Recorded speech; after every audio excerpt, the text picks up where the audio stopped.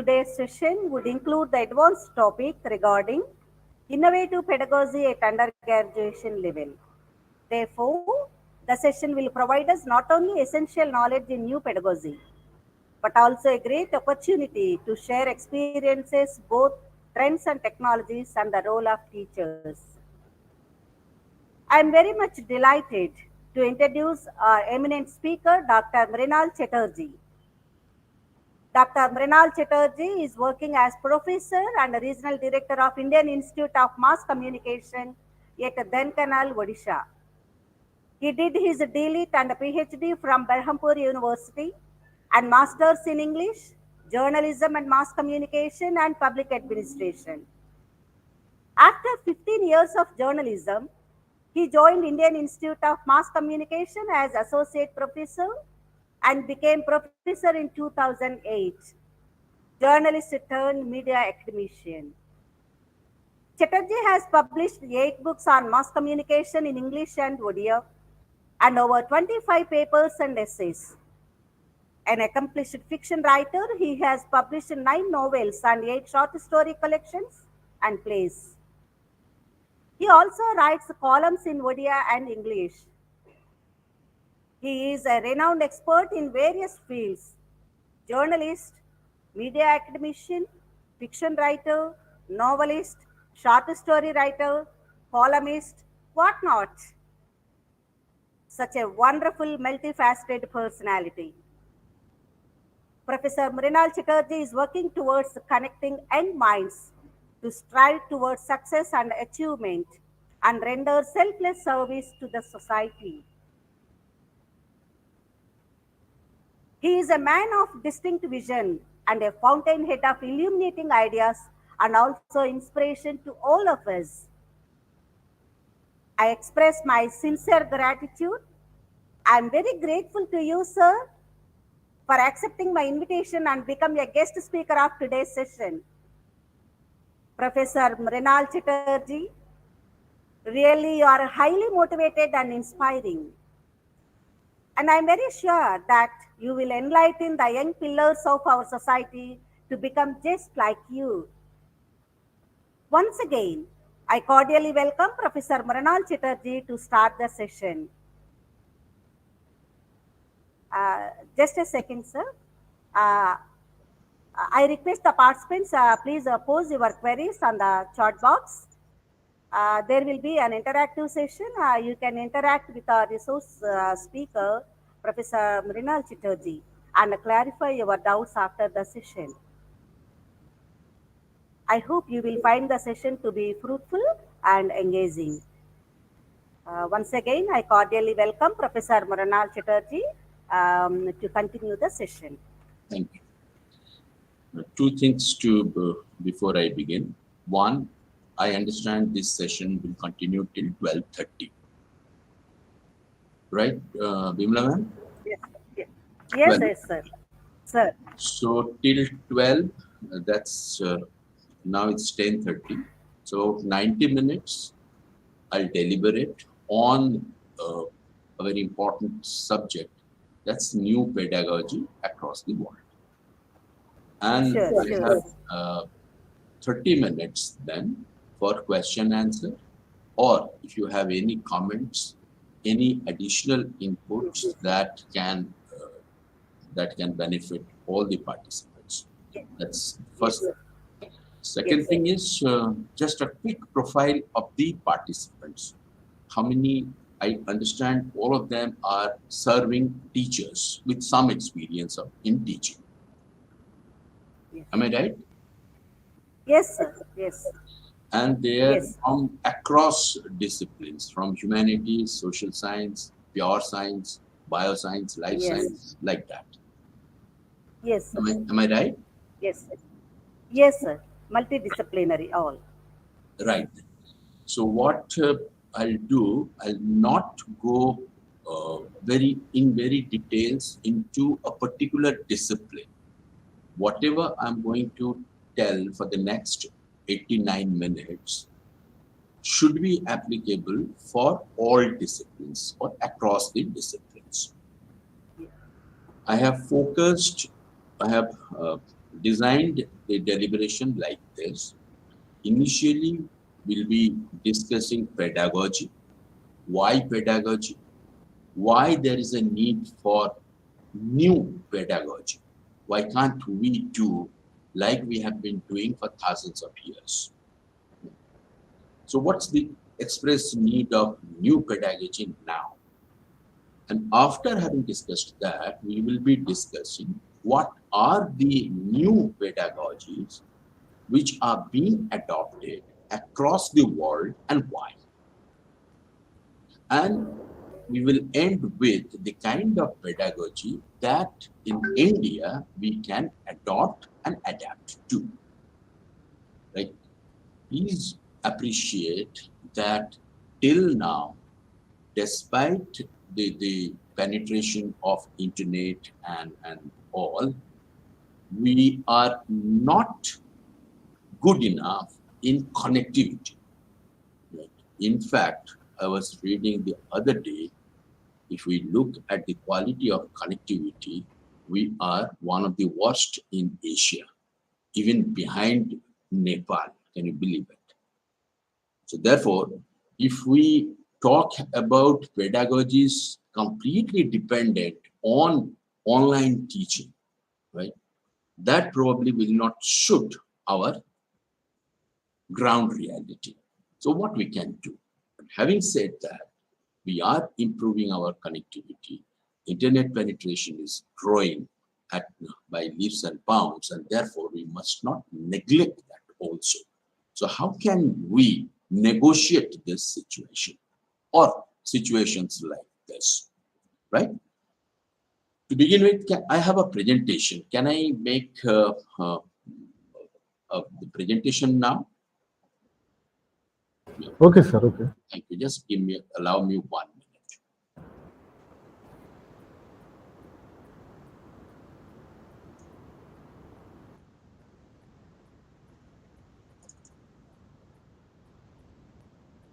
Is it visible now? Yes, yes, sir. No, no, sir. No, No, no, no, sir. No? no. No, sir. I think you didn't say share anything, sir, from presentation mode.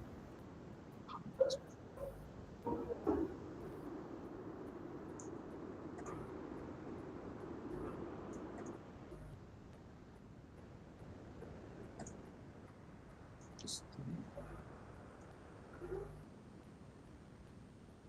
uh,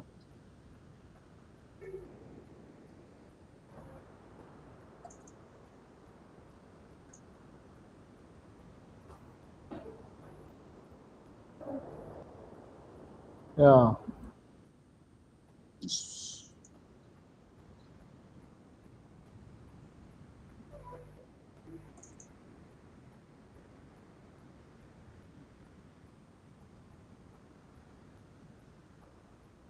it's visible now? Ah, yes, sir. Yes, sir.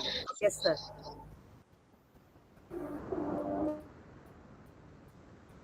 The whole screen? Ah, Yes, sir. Yes, sir. Visible, sir, full screen. Very good.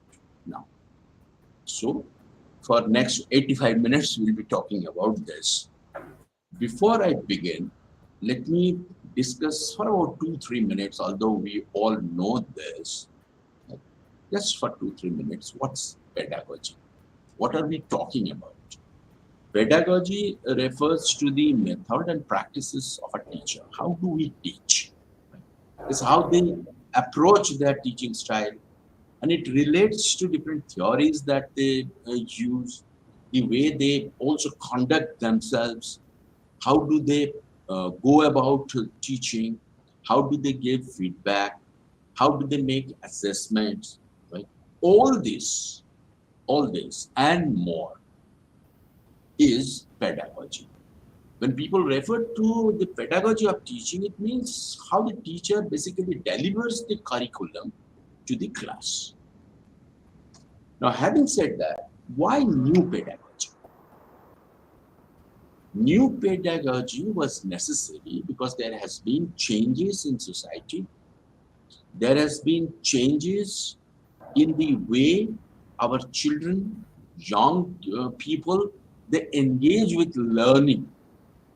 There have been changes in the knowledge base and the way you retrieve information from that base. It has become very quick now. And there have been changes in technology. So these are the three major changes which has happened in the last, say, 300 years. If we go back to the emergence of Homo sapiens, we can see that Homo sapiens appeared on this on the world, right? Some anthropologists say from the deep forest of Africa. Some now say they are from Europe, but whatever the case may be, that they emerged sometime 200,000 years ago. For well over 100,000 and 180,000 years, they moved just like that. They were hunter-gatherers, and they lived their life just like that. Civilization, as we know, it emerged only, say, from about 12 to 15 years ago. All anthropologists do know this, right?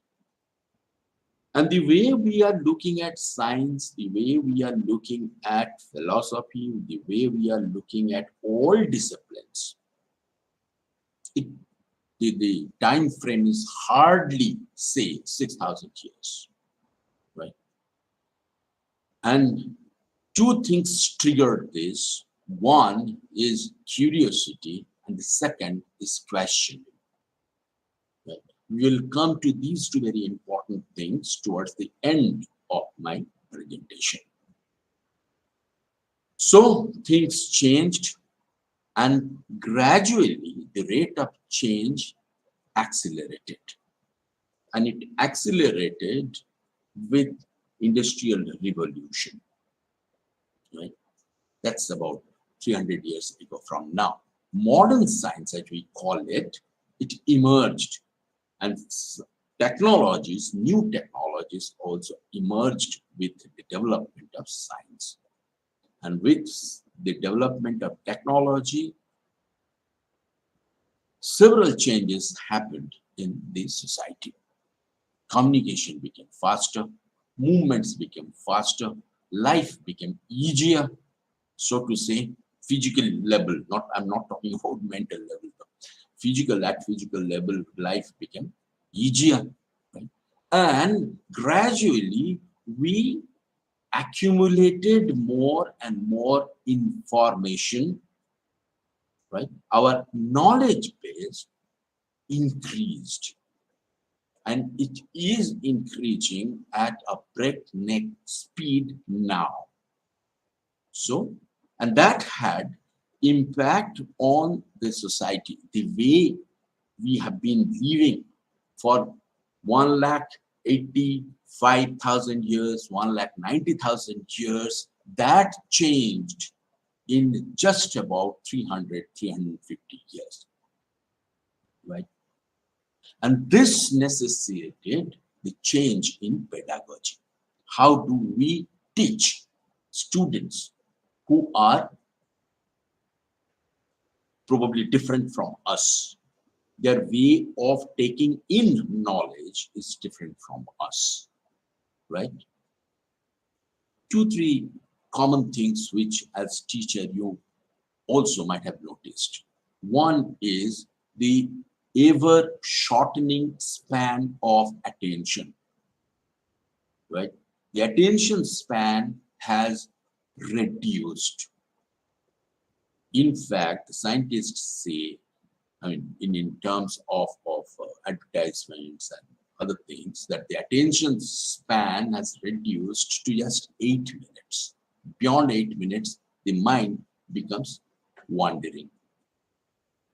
So with this change, probably we need to make some changes in the pedagogy. Gone are those days when we can only relate in or only do teaching by chalk and talk method. If we go further back, there was no chalk also. Good point. That Guru Shishya Parampara. People, the students will be gathering around the Guru, and the Guru will be telling, and students will be learning. Right? Gone are those days. But the basics remain, but the outer form has changed considerably, and we have to adjust ourselves with the changing situation, changing technology, changing knowledge base, increasing knowledge base, let me put it that way, right? So those factors necessitated change in pedagogy. If I come to the specific, the expansion of the subject of pedagogy, that itself has undergone change and expansion. In teaching also, we are taking innovative methods, right, about which we will be discussing towards the end of my presentation. Now, this environmental approach to teaching is the relation between what we teach and what society needs, or what they might need after they complete their education. That has also become a big factor, right? Gone are those days when education could have been primarily for education only, gyan only. Now, I don't say that has completely gone. That is there, should also be there to some extent, but now the approach is, okay, education, but education for what? Okay, gyan for what? How do I translate my gyan in physical way, in material way, in a way that will benefit me physically, financially, socially, right? And the third factor of change is the digital technology, which has completely changed the way we communicate. And as the metaverse will be coming, artificial intelligence will be probably ubiquitous like the mobile technology is, things will undergo further change, right? Now, this is how, look at this cartoon, this is how the young people probably think. Like this kid is thinking, you don't have to worry about my failure, my future anymore. I just downloaded an entire college education, right? Because digital technology is just about 25 years old, right? The way we use it, just about 25, 30 years old.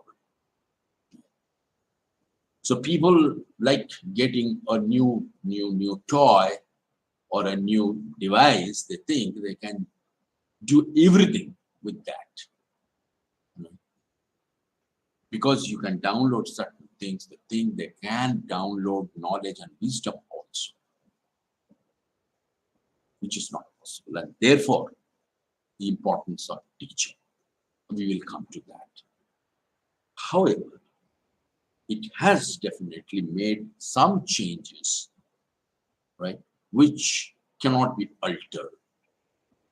Now let's look at education. The theory of education, figuratively speaking, has two levels. One macro level, which is the relationship between education and society, right? Education for what? How does society benefit? How does society is impacted, right? Will it create some value? Value in abstract terms, value in real terms. Okay, that's the macro level. And in micro level, the relationship between teacher and learner, how the teacher delivers, how the learner learns or takes to whatever the teacher is delivering. How does that transfer, that the transfer of knowledge beyond information level, right, is taking place? Here, let me make a difference, a paradigm change, right? prior to digital era, the teacher was also primary information giver. Let me put it this way. The teacher used to read, they used to gather information mostly, and they used to give those information to the learner and help them to process that information, understand that information. So, first step, information giving. Second step, processing that information logically to understand. And third is knowledge. And the top level is wisdom. I'm not talking about wisdom right now, right? Let's limit ourselves to these three levels. First, information exchange. Second, processing the information to understand. Third, from understanding, probably knowledge. Or from understanding, taking that in another form, from science to, let's say, technology. Right? So, but changes have happened. Now let's look at education society. At the macro level, in the education society relationship, decentralization, diversification, internationalization of education. No longer I am contained with what is being taught in, say, Tamil Nadu, Andhra Pradesh, Odisha, right? I'm also interested to know how this discipline is being taught or has grown, say, in US, say, in Europe, say, in even advanced countries of Asia, like Japan, like South Korea, right? And the second thing that has happened is the introduction of digital technologies, which I guess we have already discussed.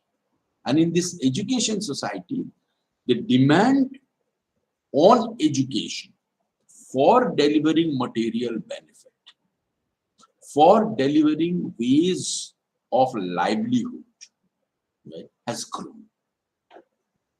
So education has to look at that also. When education has to look at that, there has to be commensurate changes in the pedagogy as well. Now let's talk about teacher-learner. Right? At the macro level, in the teacher-learner relationship, there is an active mix of traditional chalk and talk, guru shishya. You explain and the students will listen. Okay, you say and they listen. Right? Traditional and innovative methods. Innovative method, we will discuss at length the innovative methods later, but now there are innovative methods like learning collectively, doing collectively, learning going on project mode. All these are innovative methods. A combination of an activity approach. Look, as the attention span is reducing, so only lectures probably will not do the transfer of knowledge. So activity, learning by doing things, that approach. And then an energy informational environment approach. Gone are the times when teachers have been the primary information giver. That work has now been delegated to the search engines like Google. There is Google Baba. For anything, you go to Google and the Google will give you loads of information, right? However, among those information which Google gives the students, half of them could be rubbish. Some of them could be absolutely false or not at all relevant. here comes the role of the teacher, right, to get the grain from the chaff. Right? What information should the student actually take home? Okay. But the information environment has become dense. So in giving information, this work has been relegated to the search engines. There has been, I was telling you, a paradigm change. And then cognition with constructivism and connectivism. What is constructivism and what is connectivism? Let me try to explain. Now, constructivism's central idea is that human learning is constructed, right? That learners build new knowledge upon the foundation of previous learning. That's precisely the reason why, before any kind of research, we do literature study. And we do this to find out what has been done till date. And then we try to build upon that, or we try to find the gap on which probably there is less information, less knowledge, and we want to fill that gap, which we call research gap. Right? So constructivism's central idea is to build knowledge, construct from new learning experiences. This prior knowledge, it says, and this theory was advanced by Phillips in 1995. It says the prior knowledge influences what new or modified knowledge an individual will construct from new learning experiences. This happens with social science. This happens with science, pure science as well. Mostly with pure science. Now, in constructivism, learning is an active rather than a passive process. What do I mean by active process? You do, right? The passive view of teaching views the learner as an empty vessel, which has to be filled with knowledge by the teacher, right? Guru, that vessel, empty vessel, ko Guru will fill, right, with his inputs, with his knowledge. Okay. The constructivism's idea is that the learners construct meaning only through active engagement with the world, such as experiments or real-world problem solving, etc. So information may be passively received, okay, but understanding cannot be. Okay. Let me give you an example. In 2017, Richard Thaler, a behavioral economist, he got the Nobel Prize for his book Nudge, N-U-D-G-E. I'm sure those of you who are from economics, political science, sociology background, they must have read this book. Very innovatively written book. The central idea is the human beings, they need a nudge to move forward, right?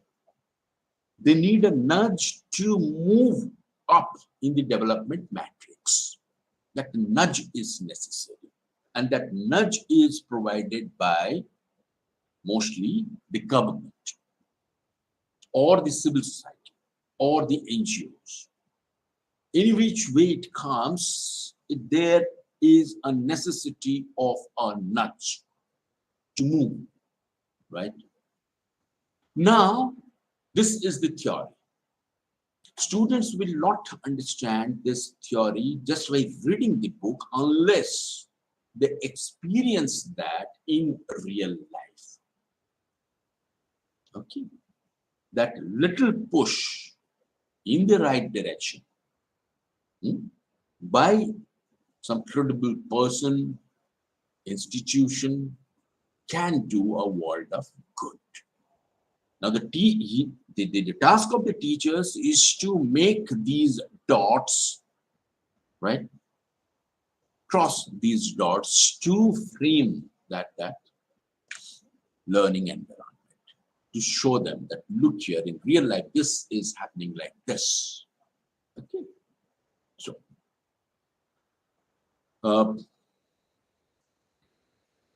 as I was telling you, information may be passively received, but understanding cannot be. For it must come from making meaningful connections between prior knowledge, new knowledge, and the processes involved in learning, right? And that's why we use the tools. We used to use pictures, graphics, and now with advanced technology, probably 3D pictures, graphs, interactive graphs, all these could be used for learning. Now let me talk about connectivism. This is a learning theory that recognizes the evolution of ever-changing learning networks. Learning, thanks to digital technology, has become collaborative now. And the cutting edge learning has to be collaborative. It has been collaborative, right? Consider the invention of radio. Almost at the same time in India, Jagdish Chandra Bose was working on radio. In US, a lot of people were working. Marconi also working at the same time in different places. They were working, and they had some kind of exchange of information. It's a different issue. Marconi's device was patented earlier, and then he was recognized as the inventor of radio. Same thing happened with photography, same thing happened with television, same thing happened with all new technology. People work in groups. It's not individuals who can, make that kind of inventions now, right? There has to be a network, and there has to be people willing to exchange, information, exchange knowledge, so that they can create some new knowledge, right? So it recognizes the evolution of ever-changing learning networks, their complexity, and the role that technology plays in learning networks through facilitation of existing learning networks and creation of new learning networks. The way new apps or new softwares are developed, the way artificial intelligence works, the way Internet of Things work, right? It's the network of networks that which work. This theory was outlined by George Siemens in this book, Connectivism, a learning theory for the digital age, in 2005. It considers the learning as dynamic, right? From learning about, learning to do, learning to be, that mode, to learning to transform, right? It's contextualized, involving and relevant result of a complex network of several typologies of nodes, connections, and diversified components like knowledge, competences, communications, representations, relationships, technologies, and paradigms. So, for example, the cutting edge research on expanding longevity of a human being. Right? Now, the average human age, the longevity is about 70 odd, right? In some countries like say Japan, like some Scandinavian countries, it's up to 80, 82. Now the doctors are trying, I mean scientists, medical scientists are trying, can we create a situation where people will not die or where they will be living for say 200 years? Whether it's desirable or not is an ethical question. It's a social, moral, psychological question. But from pure science, can it be possible? Several doctors, several medical professionals, scientists are working on this. They are basically working from two angles. One, if something goes wrong in this body, can we repair that quickly? So, for example, the heart is malfunctioning. Can we just change the heart? This joint is malfunctioning. Can we just replace the joint? Right. That's one way. And the second way is that can we make a situation where there won't be any diseases? Can we create vaccine for all kinds of diseases? Right? Can we create something which can fight, we can detect and fight cancer at its earliest stage so that no person will have cancer? So there are two ways that the medical practitioners are fighting, are trying to do this. Now relate that with connectivism. There are different scientists, medical professionals working on different aspects of a central problem, right? And they need to connect with each other. They need to communicate with each other because at the end of the day, everything relates to a central problem, central thing, that's human body, right? Connectivism is important for this. That networking is important. Everybody trying to reach at a common goal through different means is important, right? It sounds almost like religion, isn't it? Different paths lead to the common goal. Now, that will be a completely different area. Now, it was happening. I mean, gradual moving to digital ecosphere, it was happening. But came Corona and it gave more than a nudge. It actually pushed us because it forced closure of classrooms, right? And at that point, teaching by distance mode was the only option. There were no other options, right? Physical classroom was almost ruled out throughout the world. So there were only two alternatives. Either you go by distance mode or you remain without any teaching. And that second option was no option. So in almost all countries of the world, including the African countries, the poor, underdeveloped African countries, they tried to find out alternatives, right?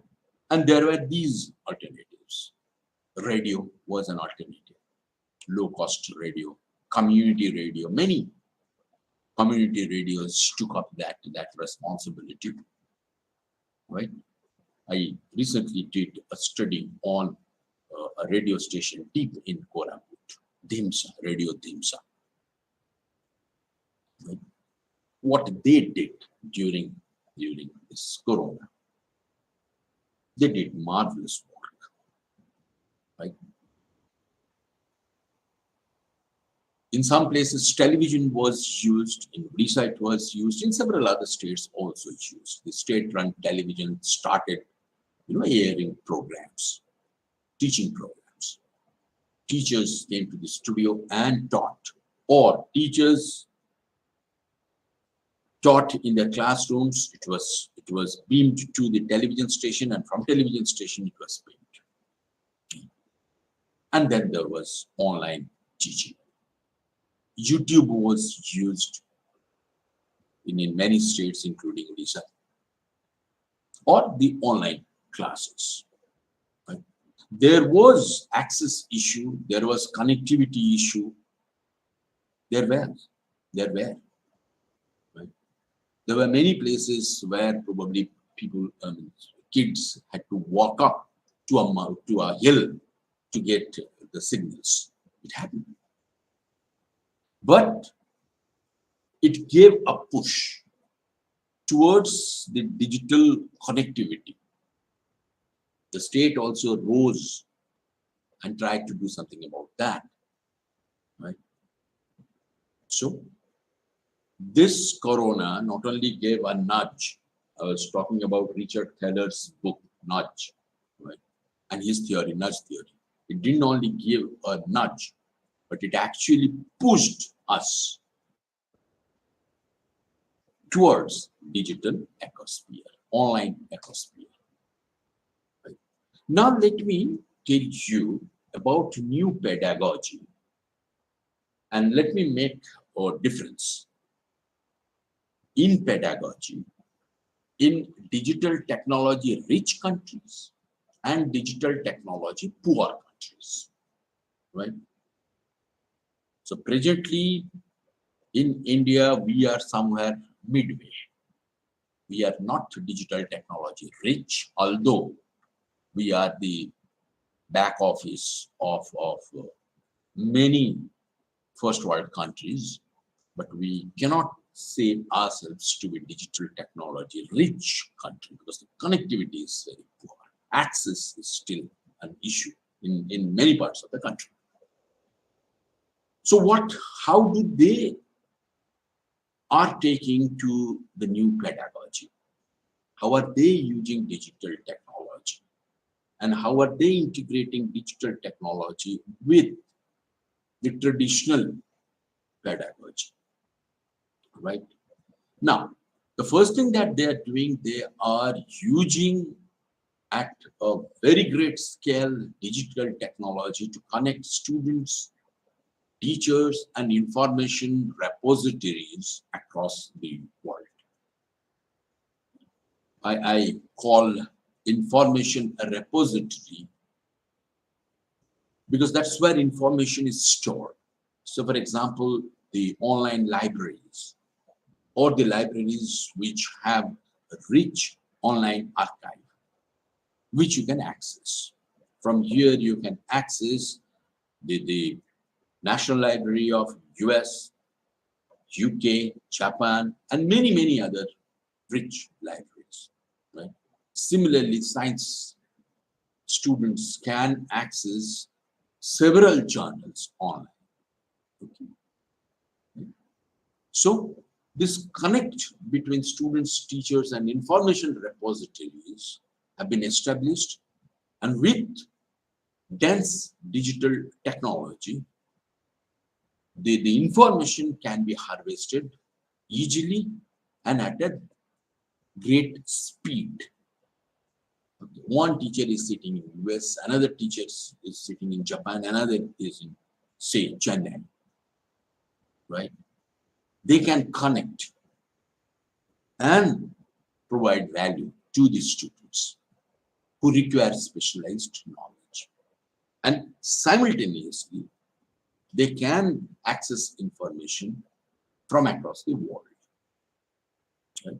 So access to information, access to knowledge base, information repositories has been easier, and digital technology rich countries, they are modifying their pedagogy to take advantage of this situation.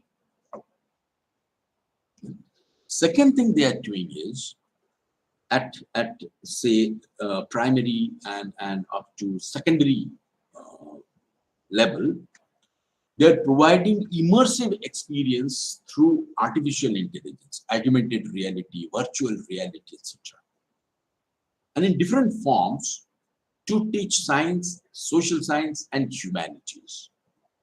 Science by giving you 3D models, by explaining why this happens, why that happens, what goes beyond this, right? Social science by recreating those scenes, right? By using interactive graphs, interactive models. Humanities by making stories. Say you are teaching Anna Karenina. It's a big novel, right? Maybe you can give a brief account of that in picture form, which probably you can ask your students to watch live in the classroom through YouTube or anywhere, right? Uh, Presently, I am working on partition literature, partition films, and uh, new art forms, repository of partition documents in new art forms. And there is this attempt of animation films on poignant stories on partition. And there is this story, Ravi Par by Guljar. All of you probably know Guljar, the famous lyricist and director. He's also a very powerful poet and short story writer. He had written this story on partition, right? Ravi Bhai. Those of you who know Hindi can read this. Those of you who do not probably can get English translation of it, right? It's not a very big story, but however, and this Pakistani girl and her group, they have made animation of this story into 3.5 minutes, right? And you get the sense of that story. Now, say for example, if you are teaching partition literature, and then you want to give them some stories, you want to narrate some stories, and within 45 minutes, how many stories can you narrate? In this case, probably you can tell about these stories and then probably show this animation film in 3.5 minutes, where the students get a sense and hang of the story. And then you can tell the context. Then you can tell the finer nuances of that story. This is how probably we can do it in India as well. But in digital technology-rich countries, they're doing it at a larger scale. They're also using augmented reality, virtual reality, immersive experience, right? So, for example, I come from a journalism background, and we teach embedded journalism, right? Embedded journalism emerged when journalists were taken to a field tour of live battlefield. Okay. And they were tagged to, say, an army unit, and they were taken to the real battlefield with real bullets flying around, and they would be reporting from there. It's called embedded journalism.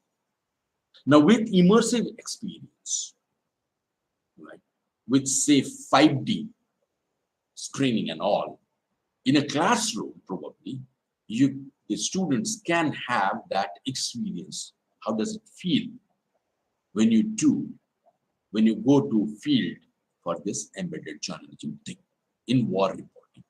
How do you do it? Corona taught us how to report from a distance. Corona taught how to produce a newspaper. how to produce television programs and air complete television programs from home with the help of mobile technology, internet-based mobile technology. Okay.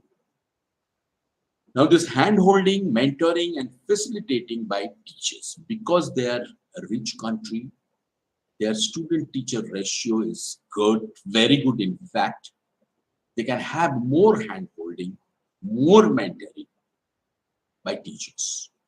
And they can also have stealth assessment. Stealth assessment is using digital technology for continuous assessment, whether the learner is learning or not, whether he's putting effort in this or not, tracking and assessing without the kids knowing that they are being assessed. This reduces the necessity of having periodic, what you call, examinations, which in many cases take much time. These are some of the new pedagogy in digital technology rich countries. Now let me go to digital technology poor countries. How do they do it? Right? Now they have also tried to are attempting to use technology, digital technology, right, as far as possible, like India, as far as possible. Now here, a mix of traditional and new pedagogy as per the existing infrastructure, right? In digital technology poor countries, probably, right, this project-based learning works better. And we'll talk about project-based learning and what is project-based learning later. Okay. Now, innovative pedagogy has to be employed in digital technology poor countries. Teachers need to be more innovative to create resource-efficient delivery mechanism, right? Like we are doing at IIMC, Denkanal, Indian Institute of Mass Communication. Denkanal is the Eastern Regional Campus. Here, we are doing that, right? So, for example, we want to teach students, right, that in pictures, more often than not, with the present day technology, what you see might not be true, right? So you need to have different perspectives. We tell them that. But in order to demonstrate that, what we have done some painting on a tree, right? And ask the students to take photographs from a particular angle. Taken from a particular angle, it appears that the painting is not drawn on the trunk of the tree, but it's floating. There are several videos of that available. You might check it out, right? Floating paintings. Just type floating paintings and you can get those videos. Right? It's very easy to do. Okay, we have done that. And what do? We take groups of students and ask them to take the photograph from one particular angle, right? And we tell them, how does it look? They say, oh my God, it looks like floating. And then we say that this is exactly what happens in real life as well. Now take the photographs from different perspectives, different areas, and it doesn't look the same. So, innovative, right? In mass communication, we have to teach the students framing theory. What framing does, how framing is being done, right? And what it does to human mind. Okay. To demonstrate that in real life, well, we have put some installations, wood installations, where we demonstrate them. Look here, this is where a wood is put up on the wall without a frame, and there with a frame. Now difference. How many have noticed this and how many of you have noticed that? Right? Obviously, more people will notice a tree trunk stuck on a wall with a frame. Right? Then we ask why. These are all innovative, techniques to drive home the point which will stick in their mind. Okay. And then hand holding and mentoring by the teachers. Probably the teachers need to be more proactive in a digital technology poor country. Probably. And it's not only about technology, it's also about culture. In our culture, this old ancient culture, we believe in Guru Shishya Parampara. Right? So probably our kids are more dependent on teacher to learn. And that's still continuing somewhere back in our mind. So probably we need more mentoring. The children need more mentoring, more hand-holding by teachers. That's in digital technology, poor countries and culturally attuned to Guru Shishya Parampara. Now I will end in another 25 minutes and I'll talk about 10 innovative learning strategies for modern pedagogy. Right? The first is crossover learning, which I call learning in informal settings. Right? So, for example, I've seen it in European countries mostly, and they have started doing this in India as well. They take kids to museum, right? They are forming after school or after college clubs, right? So, for example, recently I did a course in Spanish. It was organized by KIT University, Bhubaneswar. They have a language training lab and language school, and they provide teaching in Spanish, Italian, French, etc. So I thought I'll learn Spanish. So what they have done, besides teaching, they also make you member of a club, right? And they meet informally, online, once in a blue moon physically, but mostly online at a particular time. And they discuss whatever they have written in Spanish. And the mode of communication in the club will be Spanish. Okay. So by default, you have to continue speaking in Spanish. Now consider this, in language learning, it's easy to learn a language, but it's easier to forget. In my college days, I learned German and I forgot totally because I didn't continue to speak or engage with that language. Right? So for language learning, continuous engagement with that learning is necessary. Now sitting in Odisha, how do I engage with Spanish and with my workload? How do I do that? This becomes kind of a compulsion. Right? You have to attend that club meeting, and there you have to speak in Spanish. So it remains, right? And you continue to speak in that language. So you learn that eventually you learn that language. You get me? This is what I call a crossover learning, learning in informal settings such as museums, after-school clubs, right? This is an effective method for a teacher to propose and discuss a question in the classroom, then for learners to explore that question on a museum visit or a field trip, collecting photos, notes as evidence, and then share their findings back in the class to produce individual or group answers. So, for example, if you are teaching say architecture, right? And then you teach. I'm giving you examples from Odisha. I mean, that could happen in any other place as well. So if you are teaching them uh, temple architecture, right? Now you teach them in the class, show them some photographs, show them some video, okay? And then you ask them, you go to Konark, you go to Puri, you go to Lingaraj, right?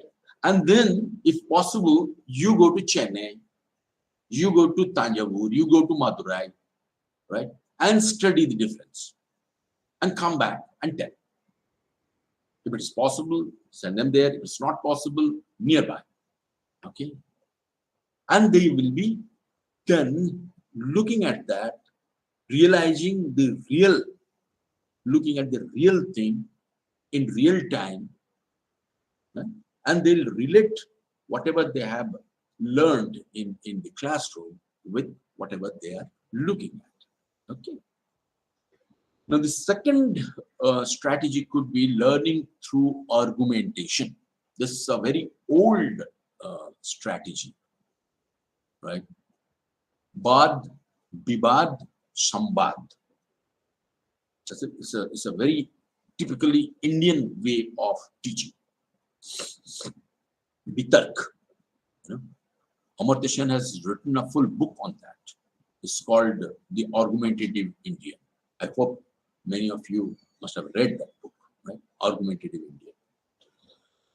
So he posites that Indians are basically argumentative. They will, present their argument, counter argument, and at the end we will come to a niskars, conclusion. And that conclusion also could also trigger some questions. So this question, argument, it goes on. So learning through argument, right? That's how the scientists think. Scientists constantly argue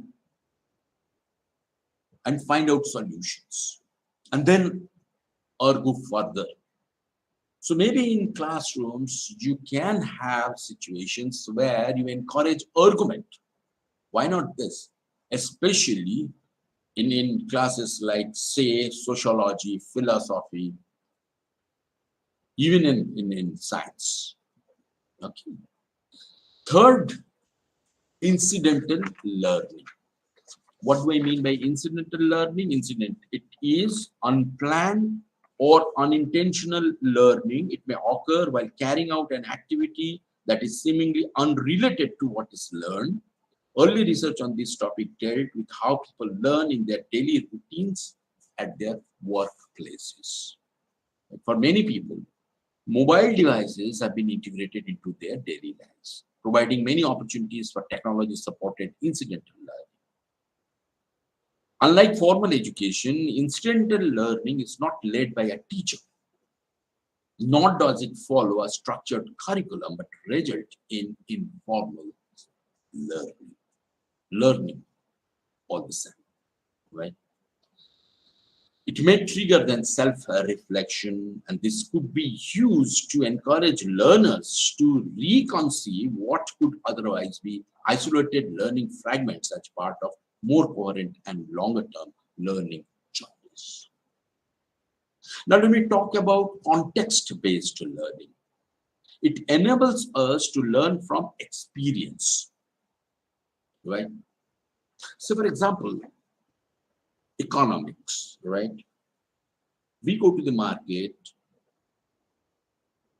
we get our stuff at 5 rupee a piece. Next day we go to the market, we get a 7 rupee a piece, the same thing.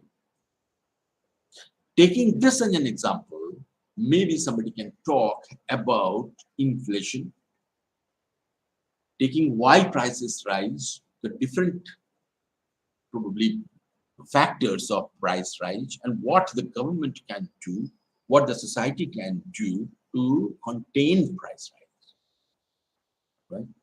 Context-based learning. I'm giving you examples from day-to-day life.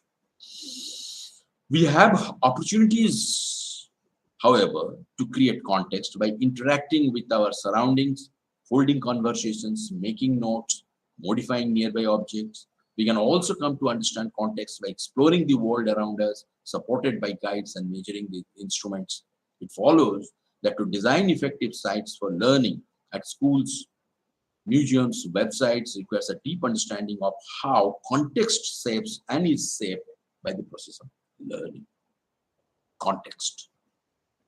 So, for example, uh, we are teaching afforestation, and what kind of tree species is good for afforestation. To know that, probably you can send a batch of students to some place where afforestation has been done for 5 years, and how does that impact the locality? Right? So if you familiarize the students with the context, probably they can learn better. And then there is computational thinking. It's an approach to thinking and problem solving. It involves breaking large problems down into smaller ones, what we call decomposition. Okay. Recognizing how these relate to problems that have been solved in the past, this is pattern recognition. Setting aside unimportant details, and then identifying and developing the steps that will be necessary to reach a solution. Algorithms. You create algorithms. This probably will be more helpful in computer science, or probably in higher science streams. The aim is to teach the students to structure problems so they can be solved. This could be useful in management teaching as well. Computational thinking can be taught as part of mathematics, science, and art, or in other settings as well. Right? And then project-based learning. Right? You give them a project, ask them to complete that within a time frame, and it should be hands-on. You explain what the project will be, time frame, right? Do's and don'ts, and let the students do this project. Okay. So probably they learn while by doing. We do that all the time in IIMs. Let me give you an example. As part of our syllabus, we have what is called management, event management, a small unit. Now we teach them event management in classrooms, and then we asked to organize live events and manage them from start to finish. Right? We have a small media museum. We are trying to build a small media museum. We form the students in groups, say 4 groups, 5 groups, right? And then we ask them to organize school children visit to the museum. Their job is to organize this visit, conduct the students in the museum, right? Teach them about the museum, what are the major exhibits and why, right? And basically to organize that. Okay, they do it. So in this case, it's kind of a project. They learn by actually doing it. That's what is called project-based learning, which probably you can try. Then embodied learning. Embodied learning it's basically to do with medical science. Right? How does my body feel when I do this? When I don't do this? Something like that. Right? For more general learning, this process of physical action provides a way to engage learners in feeling as they learn. Psychology, medical science, they can use this embodied learning. And then adaptive teaching. We as teachers, we must appreciate that learners are different with different cognitive ability. However, we all know that most educational presentations materials are the same for all, like the one I am presenting to you now. I know streams like psychology, they may be having a different requirement. Teachers in physical science, they may be having different requirements, but I'm giving something which is all. Right?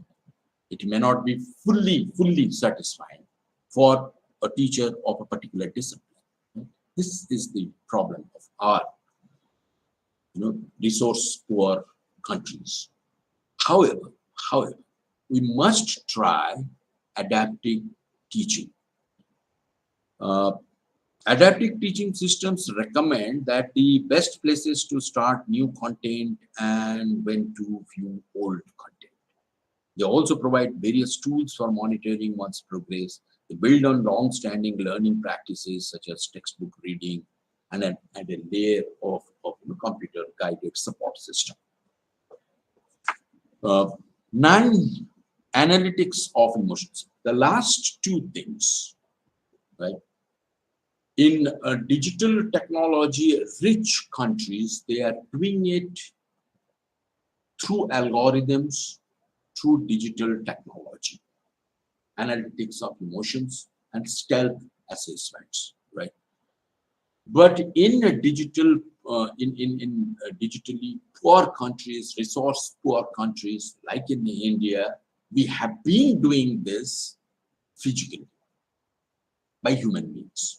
What is analytics of emotions? Right? In advanced countries, it's called automated methods of eye tracking and facial recognition, which analyzes how students are learning, how they are responding differently to their emotional and cognitive states, right? Whether they are learning or not. We teachers, we have been doing this for ages, looking at the faces of the students, isn't it? We can see the class and instantly know that this student is not getting it. इसको समझ में नहीं आ रहा है. Right? That student is not getting it, or that student is bored because probably of the repetitive nature of my teaching. Okay, so this we have been doing for ages. Okay, but now technology is available to do it automatically using technology. They can track the eye movement. They can track how they are behaving, what is their level of engagement. All these could be tracked, and accordingly, individual students could be given more attention. But as I told you, we have been doing this for ages. And in India, probably the time has not yet come for automated methods of tracking emotions. Right? Same for stealth assessment. Stealth assessment is automatic data collection that goes on in the background when students work, right? And therefore, it's called stealth because it is unobtrusive assessment of their learning processes. We have been doing that for ages. We have been watching the students from a distance, right? Whether a student is engaging with his studies or not, whether they are doing their homework or not, whether they're doing their assignments or not, we as teachers, we know, right? But as individual. By using technology, you can standardize that. You get my point? So, stealth assessment using technology can test hard to measure aspects of learning, such as, say, perseverance, creativity, strategic thinking. It can also collect information about students' learning states and processes without asking them to stop and take examinations from time to time. Right? But I was just telling you, we have been doing this for ages.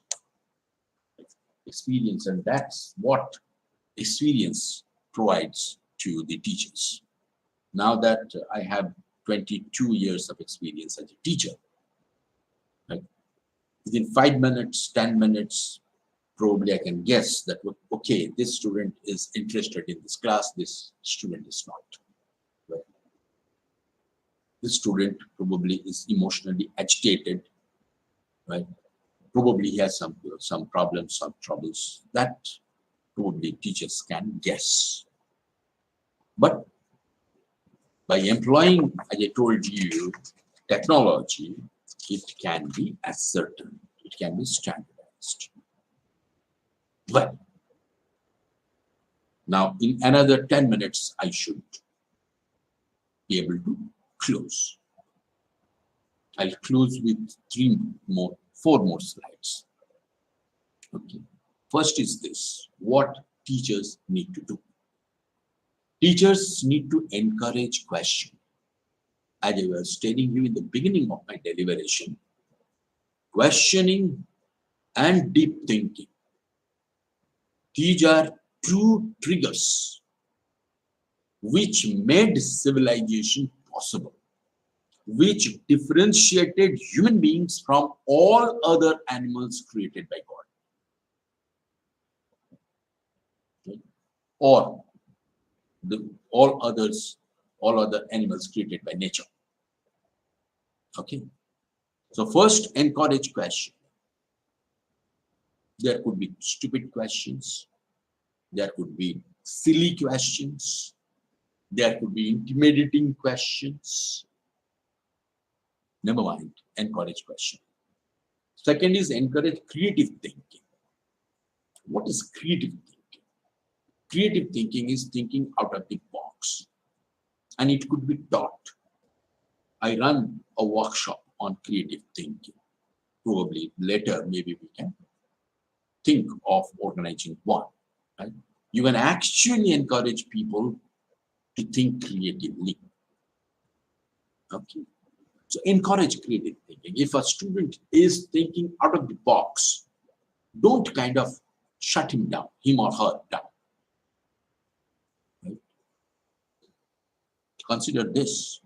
When Wright brothers invented the first aeroplane, they went to the father. Wright brothers' father was a priest. Okay. And they told him, Father, we have created a device which can fly. Even their father didn't believe them. And he said, stupid fellow, only fairies can fly. Okay. If Wright brothers would have stopped then and there, probably we wouldn't be flying now. Or probably it would have taken another 20, 30, 50 years before aeroplane would have been invented. So, encourage creative thinking. Third is don't tell, demonstrate, show. Like say, for example, in a writing class, in journalism, in literature, right? I'm giving you an example from my class. Okay. We teach them how to write film criticism. We teach them in the class. And then we show them, look here are some writings, read. Right? We ask them to write and then show them. So tell and show. Don't just tell. The fourth is make teaching learning a continuous process, almost as a way of life. This learning can, as we were talking about different modes of learning. contextual learning, adaptive learning, this learning, that learning. Many of learning these days are happening outside the classrooms with teacher as a guide, as a mentor. Transform oneself from information giver to facilitator, from a guide to guru, from telling to helping the student to make sense. Learning has become collaborative. We learn along with the students because there are many things which are coming now which were not there earlier. Right? Harvest knowledge together. Now, what the teachers need to be careful about? The first thing that the teachers need to be careful about is, I call it KO, which is knowledge obsolescence. Often we teachers, after, we got a job and we put in 5, 10, 15 years, we become complacent. We know everything that is to be known in our discipline. And we stop reading. And we stop gathering knowledge. We stop harvesting knowledge. Right? And then you die as a teacher. It's called knowledge obsolescence. And now, in the days when information is ubiquitous, anybody can get any information within a click of a button. Information, not knowledge. Right? Knowledge obsolescence can make you redundant. So be very careful about that. Second is, I know everything syndrome. I call it EK syndrome. I know everything. Mujhe sab pata. Don't.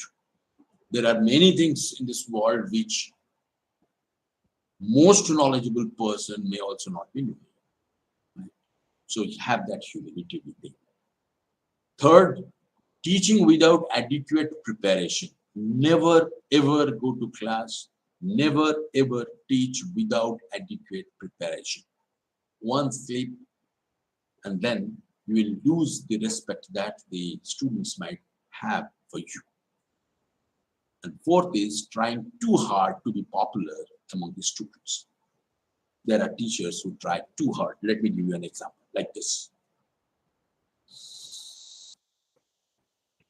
Can you see the cartoon? Anybody can answer. Can you Yes, see? sir. Yes, sir. It's visible. So there goes my favorite professor. Then Scarlett asks, he must be a great professor. No. He has already cancelled classes 4 times. There are teachers who are very popular because they don't take classes. A child, we can go to movies and all. So there's a shortcut to gain popularity. Don't ever take that shortcut.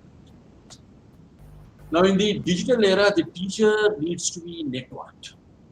Okay, something like this. I got this from internet. Network teaching. This Taliban, the social networking devices, chat, video conferences, this, that, right? Probably we are kind of networked like never before. Okay, but at times this also happens, and the result could be like this. You want to get away from this for some time to get your peace of mind, but then there is a teacher, there is a student asking you some questions. You are on a holiday, then some student asks you, sir, this is the problem I am facing. What do I do? I'm stuck here. What do I do? You are annoyed. That's the result. It could be like this, but never mind. My last advice will be a good teacher. Thank you. Thank you very much. Thank you, sir. And I'll share this PPT with you. Okay, and you can probably, some of you who are interested can check this out. Okay. So, Okay, sir. yes. Excuse me, ma'am. Happy morning to you all. Actually, I wanted to ask a question from sir. May I?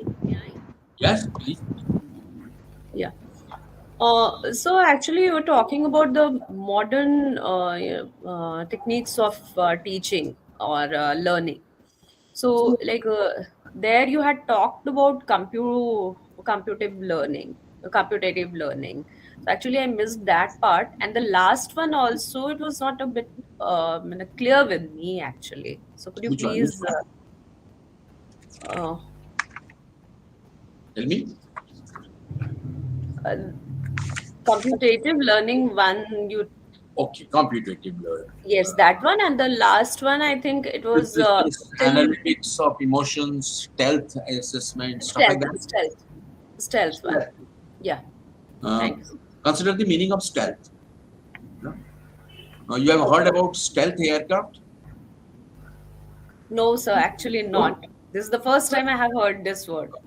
Stealth aircraft is the latest uh, kind of aircraft which can evade radars. Okay. Okay. Stealth is doing something without anybody else finding out. Okay. Stealth assessment is in where their technology is usually very rich and they can have dense digital classrooms and all, right? They can employ cameras to track how engaged a student is with his or her studies. Get me? Okay. So all these and even emotions. Is the student getting agitated? Is the student dozing? They can actually scan the eyes and know whether you are engaging with studies or not. Okay. Okay. Yeah. In our younger days, we thought we are masters of dozing in some classes, which we are boring, with our eyes open. I mean, probably everybody has done that. So I confess I did that. And as a journalist also, I did that many a times when the lectures were boring and you are forced to report that.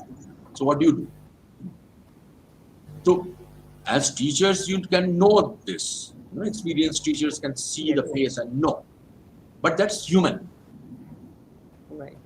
The point that I am making is now possible by engaging technology to know this for sure.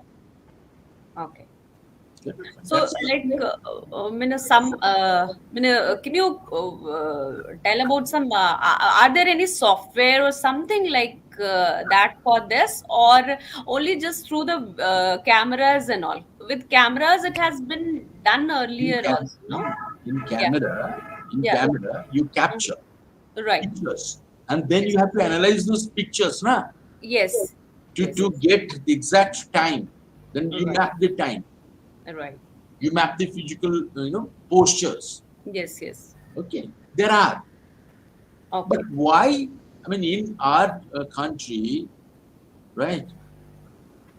We are not in a situation to employ all these number jumbo where we can know one Yes. look at the student and know. I told you this because probably in 10 years, 15 years time, you have to do this. You get my point? Right. We Right. are doing it now. We will be doing in some places, in some fancy schools and all, right? We'll be doing in another 10 years. Like, yeah. Okay. And what else you are talking about? You were asking? Actually, computation that I missed Com- actually. How? compu- Yes. How computational can we thing. imply this in our higher Yes. education? Like the example. Let me give you an example, right? Yeah. From journalism field, right? Let's say I have asked my student to write a feature on the slum in Bhubaneswar. Okay. So what I'll ask him to do, if I ask him to write slum in future, he may give me a fat 300-page thesis. I don't need that. I need in 2000 words. So probably I'll tell them, key, break it. What exactly you want to do? Make a couple of subheadings. Concentrate on those subheadings, right? Go to a slum. talk to them. That's could be part one. Part two, go to the administrators, city administrators, talk to them. That could be part two. Part three, when did it start? Maybe you can go to the archives. Maybe you can talk to the local people, right? So breaking a big thing into small parts, which has connect with the overall subject, right? Concentrating at one time on one area. That is what I call basically computational thinking.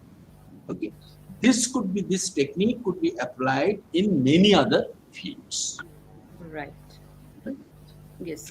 Teaching the students to think in small doses. Yes.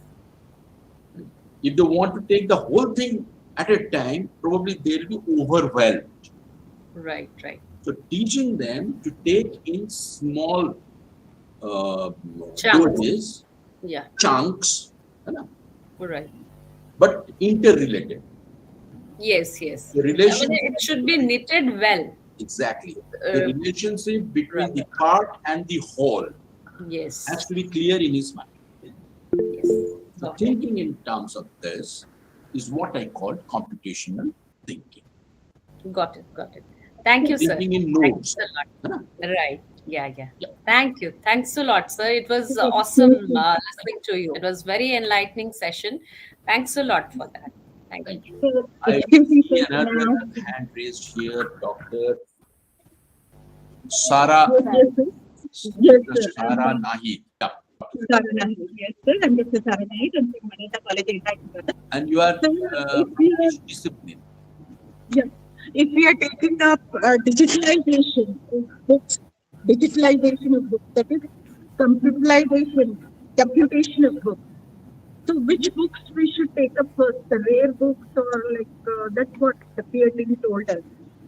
Or Dr. Sara, I couldn't really get the gist of your question. Can you repeat this, please? So for computation of data, teaching data, I want to compute some important books in our subject. I'm from plant sciences. So which book should we be computing? Should it be, the recent books, the recent concepts, or the previous ones, the basic, which would be the better one, which would be a good access to the students? Okay. Yes. I guess, and at which level do you teach and do you want your students to access? I teach at graduation, undergraduate level. Graduation. So start with the recent books. Research books. Okay. The older books probably will be more accessed by students who would be interested in research and all, right? Research books. Yeah. So if your immediate requirement is to make those accessible to your students, probably you go by the recent books. Okay, sir. That's good. Yes. Thank you for your advice. Thank you very much. I see another raised hand, Mr. Raghava, Puji Raghava. Mr. Raghava, you can please.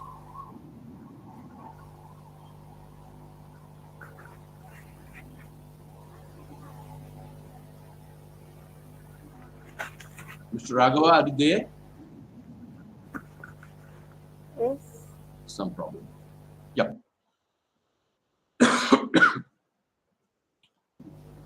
Any other question? Is there anyone?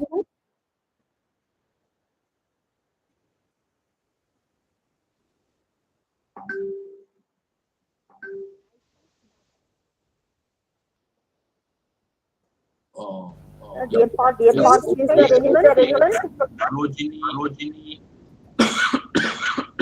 She has also raised. Yes, Sarojini. Yes, Sarojini.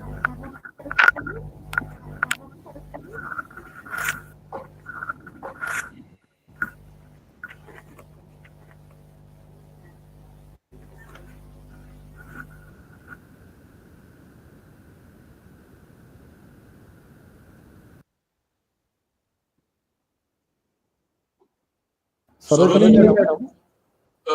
You may type in the chat box.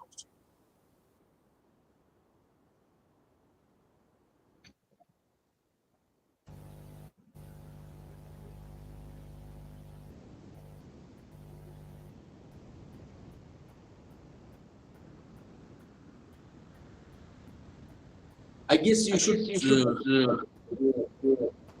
type in the chat box that Ma'am, Dr. Sarojini ma'am, please post your question in the chat box, ma'am. Post your question in the chat box, ma'am.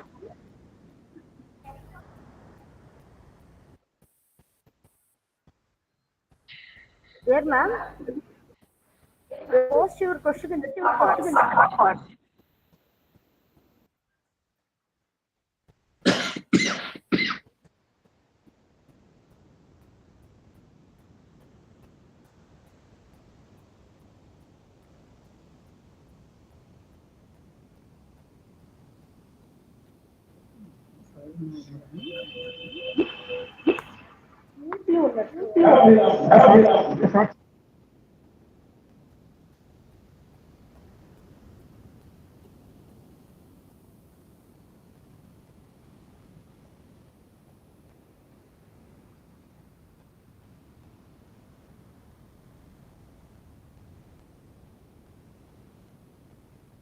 Ma'am.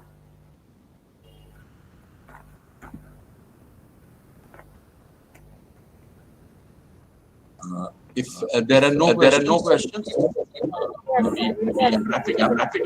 If there are any more questions, please send me. Right, I'll answer them and send you back. I request all the participants, please keep your mobiles in the silent mode.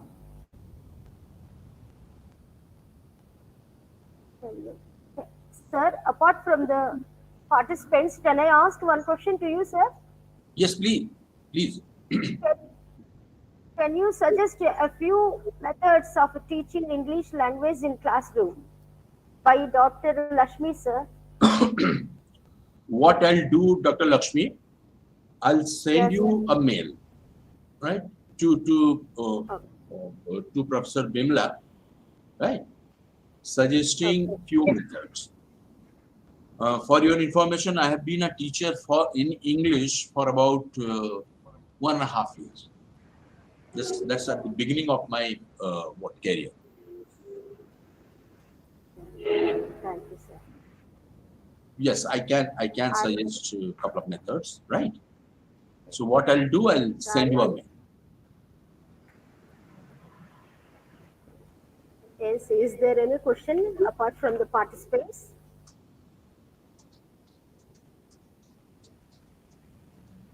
Sir, from home says, may I ask one question? Yes, please. I have given my Crossover email ID. learning. Yeah. Yes, please. Crossover learning and incidental learning come under informal learning or not? Crossover learning and incidental learning. And comes under. I didn't really understood the question. Crossover learning and incidental learning. Incidental learning comes under informal learning or not? Comes under informal. There are slight differences. There are slight differences. What I'll do, I'll send you this. Okay. I'll send you this. I have written it down.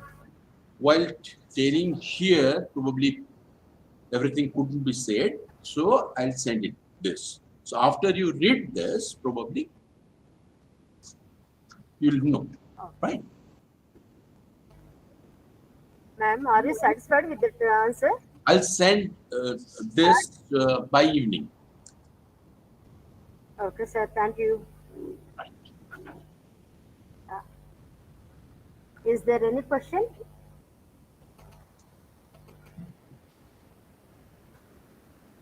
If not, yeah. Sir, apart from one question, sir, from your consideration, Is it not necessary to impart values while we are allotting some Yes. projects?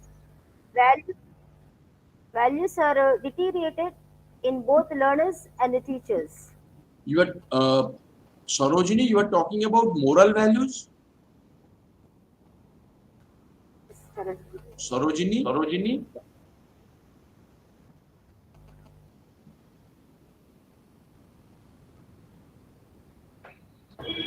Madam, please type name. My answer will be this. Yeah. Okay, sir. Okay.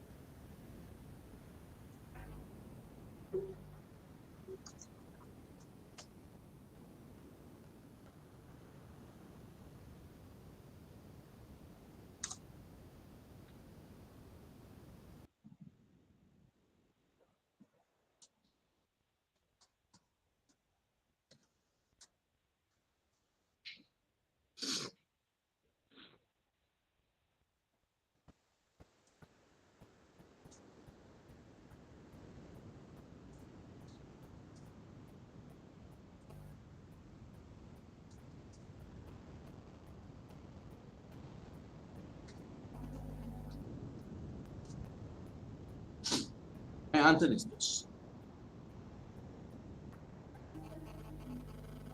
Dr. Sarojini ma'am, you please go through this answer. Sir has posted this answer for your kind and consideration. You please go through it.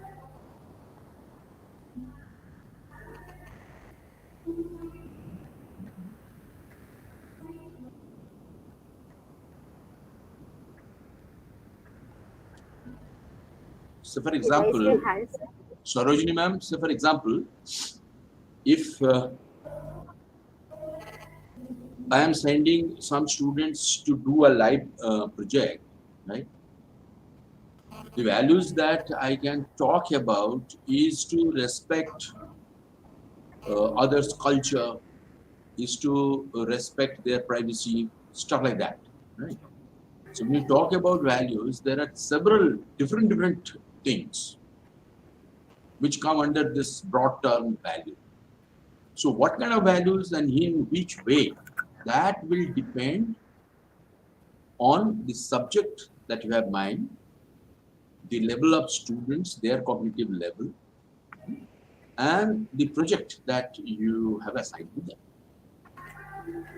But yes, values could be taught and should be taught also.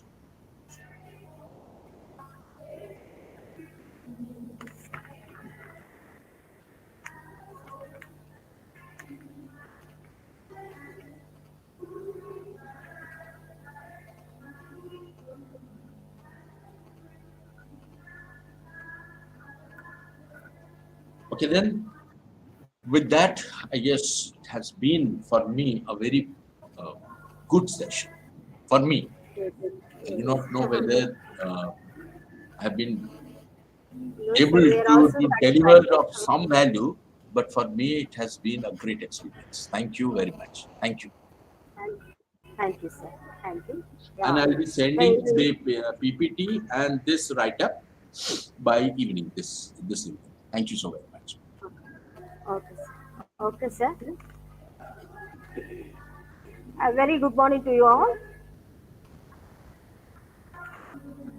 Yes, the interaction section with the participants was really outstanding. Thank you, one and all. Now let us move to the out of thanks. I deem it's a great honor and a privilege to propose the vote of thanks on this memorable occasion. Let me first of all start by giving glory to the Almighty God for making today's session a resounding success.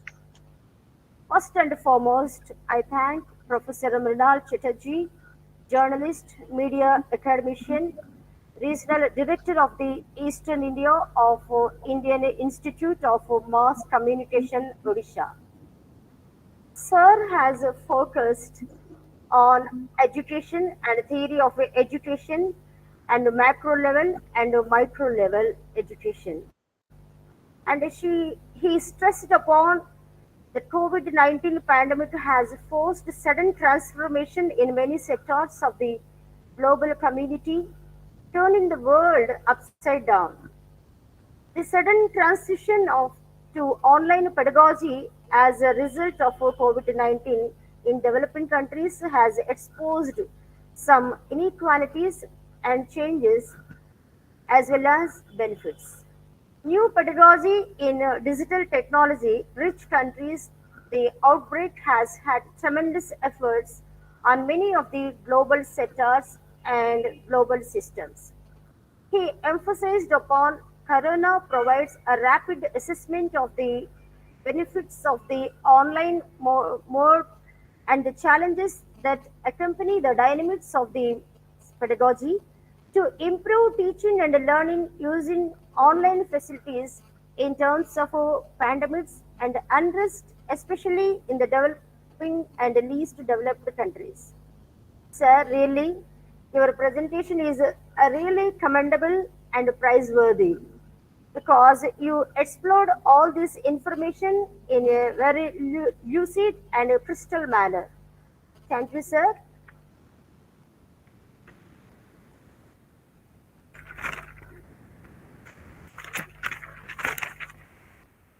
My sincere thanks to our correspondent, that is Sister Teresa Garding, for her words of encouragement and her able guidance has always emboldened us. My heartfelt thanks to our beloved principal, Dr. Sister Shiny Kepi, for her stewardship, unstinted support, vision, and commitment. Thank you, Sister. I sincerely thanks to our Vice Principal, Sister Sarada, for her enthusiastic and constant support for this program. Thank you, Sister. I thank all the distinguished invitees who accepted our invitation and present yourself and grace this program a memorable one. My heartfelt thanks to the heads of the various departments and the faculty for their valuable contribution, guidance, and encouragement in all our efforts. A special thanks to the organizing committee, teaching and non-teaching staff for their unflinching support and coordination. Thank you one and all. Thank you, sir. Thank you. I Thank take you. leave Thank you, now. sir. Thank you, Bimala ji. Thank you, everybody.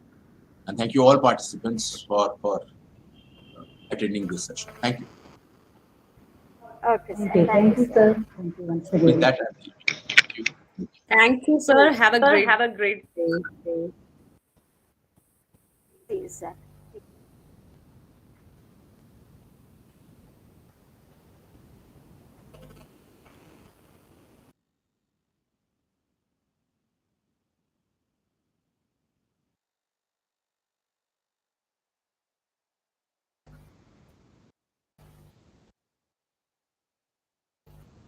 Dear participants, tomorrow the program will be commenced at 10:30 as usual day.